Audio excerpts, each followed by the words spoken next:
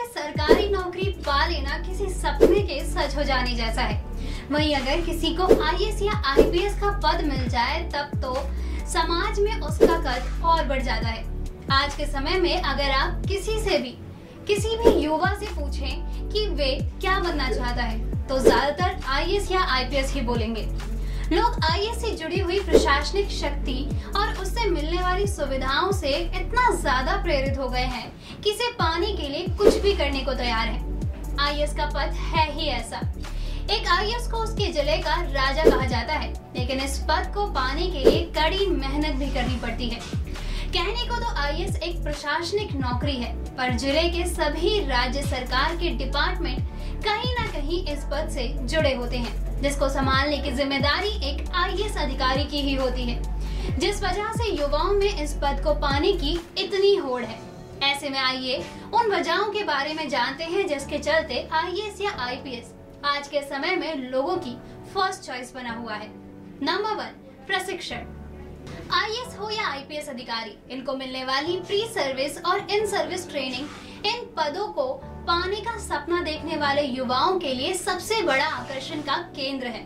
IAS को उत्तराखंड के मसूरी में लबासना में 2 साल की ट्रेनिंग दी जाती है, जबकि हैदराबाद में सरदार वल्लभ भाई पटेल राष्ट्रीय पुलिस अकेडमी में आईपीएस की ट्रेनिंग होती है। इस ट्रेनिंग के दौरान कैंडिडेट को कई अलग अलग तरह के लोगों और फेमस टीचरों से मिलने का मौका मिलता है। इसके साथ ही उन्हें सामाजिक क्षेत्र से जुड़ी हुई हस्तियों से भी मिलने के अवसर मिलते हैं। इन अकेडमी में पढ़ाई के अलावा विश्व स्तरीय सुविधाओं के साथ तैराकी, ट्रैकिंग, घोड़े की सवारी, राइफल शूटिंग जैसी कई चीजों को भी सिखाया जाता है। इसके साथ ही आईएएस और आईपीएस अधिकारी भारत और विदेशों में इन सर्विस ट्रेनिंग के लिए भी भेजे जाते हैं। नंबर 2, शक्तियाँ। All India services, central services और स्टेट सर्विसेज की तुलना में आईएएस और आईपीएस अधिकारियों के पास सबसे ज्यादा शक्तियाँ होती हैं। जिला कलेक्टर या पुलिस अधीक्षक के रूप में एक आईएएस या आईपीएस अधिकारी जिले का असली राजा होता है। वास्तव में जिला कलेक्टर के रूप में एक आईएएस अधिकारी जिले के सभी विभागों और सरकारी एजेंसियों के कामकाज की देखरेख करता है। जिले में किसी भी काम के लिए कलेक्टर यानी आईएएस या एसएसपी यानी आईपीएस से अनुमति लेनी होती है, जैसे कि शहर में कोई बड़ा कार्यक्रम करना हो, कोई प्रदर्शनी लगानी हो, जेल की श्रेणी में परिवर्तन करना हो और जिले में कोई भी नया काम करवाना हो तो जिले के डीएम की अनुमति की जरूरत होती है।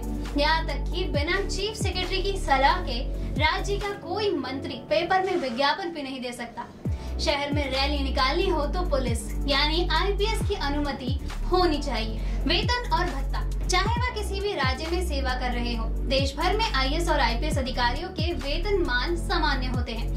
देश में प्रतिभाशाली दिमाग को आकर्षित करने के लिए आईएएस और आईपीएस अधिकारियों के वेतन और भत्ते हमेशा एक उच्च स्तर पर बनाए रखे जाते हैं, लेकिन ये वेतन और भत्ते इस सेवा का आकर्षक नहीं है। वेतन और भत्ते के अलावा क्षेत्रीय कार्यालयों या मुख्यालयों में काम कर रहे आईएएस और आईपीएस अधिकारी बड़े घरों, परिवहन के लिए वाहन, अंगरक्षक जैसी सुविधाओं से भी घिरे होते हैं। सामाजिक प्रतिष्ठा, जरा सोचिए, 130 करोड़ से अधिक आबादी वाले देश के लिए करीब 5000 आईएएस अधिकारी और 4000 आईपीएस अधिकारी हैं। नीति बनाने और नीति को लागू करवाने में महत्वपूर्ण भूमिका के साथ विशाल विवेकाधीन शक्तियों के चलते भारतीय समाज में आईएएस और आईपीएस अधिकारियों की सामाजिक प्रतिष्ठा बहुत ज्यादा है।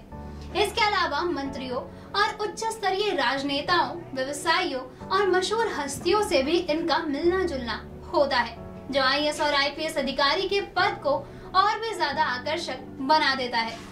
आखिरी नंबर पे है करियर। आईएएस और आईपीएस की अनूठी विशेषता यह है कि इन अधिकारियों को स्थानीय स्तर यानी जिला और राज्य, राष्ट्रीय स्तर पर और अंतर्राष्ट्रीय स्तर पर देश की सेवा करने का मौका मिलता है। हालांकि आईएएस और आईपीएस अधिकारियों को किसी विशेष राज्य में आवंटित किया जाता है, लेकिन कुछ अंतराल के बाद उन्हें संघ सरकार की सेवा करने का भी मौका दिया जाता है। आईएएस या आईपीएस अधिकारी केंद्र और केंद्रीय संगठनों में विभिन्न मंत्रालयों और विभागों में प्रनियुक्ति पर जाते हैं। आईपीएस अधिकारी विभिन्न क्षमताओं में केंद्रीय सशस्त्र पुलिस बल, अंतर्राष्ट्रीय स्तर पर आईएएस अधिकारी वैश्विक अंतर सरकारी संगठनों जैसे कि संयुक्त राष्ट्र, विश्व बैंक समूह, विश्व व्यापार संगठन में भारत का प्रतिनिधित्व करते हैं। बात करें आईपीएस अधिकारियों की तो उन्हें अनुसंधान और विश्लेषण विंग यानी रॉ की इकाइयों में विदेशों में तैनात किया जाता है, जो भारत की प्राथमिक विदेशी खुफिया एजेंसी है। तो दोस्तों, अब आपको पता चल ही गया होगा कि युवाओं में आईएएस या आईपीएस पद को पाने का इतना क्रेज क्यों है। अगर आपको हमारा वीडियो पसंद आया हो तो इसे अपने दोस्तों के साथ जरूर शेयर करें, और अगर आपके पास हमारे लिए कोई भी सवाल हो तो उसे कमेंट में लिख के हमें जरूर बताएं।